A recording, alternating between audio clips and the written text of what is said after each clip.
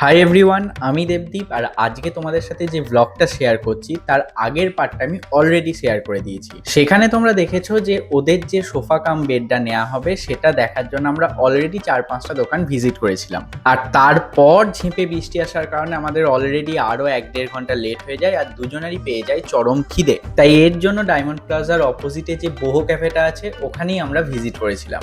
Actually আমার বা ওর কারোরই কোনো প্ল্যান ছিল না যে আমরা ক্যাফেতে গিয়ে খাবো, বাট যেহেতু সুকন্যা 75 হার্ট চ্যালেঞ্জটা করছে তাই ও বললো যে ডিনারে ও একবারে স্যুপ টুপি খেয়ে নেবে। দেখো, সূর্য যেমন পূর্ব দিকে ওঠে আর পশ্চিম দিকে অস্ত যায়, এটা যেমন চিরন্তন, তেমন সুকন্যা ক্যাফেতে বা রেস্টুরেন্টে গিয়ে ভুল খাবার অর্ডার দেবে এটাও কিন্তু চিরন্তন। অ্যাকচুয়ালি ও অর্ডার দিয়েছিল একটা টমেটো স্যুপ, বা ওই স্যুপটাতে একটা আফটার এফেক্ট মিন্টের ফ্লেভার আসছিল, যেটা আমাদের কারোরই টেস্ট বাডে অতটা পছন্দ হয়নি। বাট এদের এখানকার ক্যাপাচিনো আর চিকেন র্যাপটা কিন্তু খুব সুন্দর ছিল।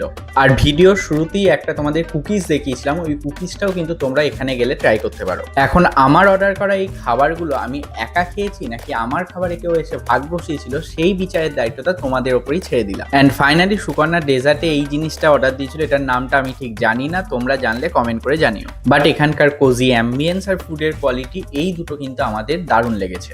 আর এই ভিডিওটা তোমাদের কেমন লাগলো অবশ্যই জানিও।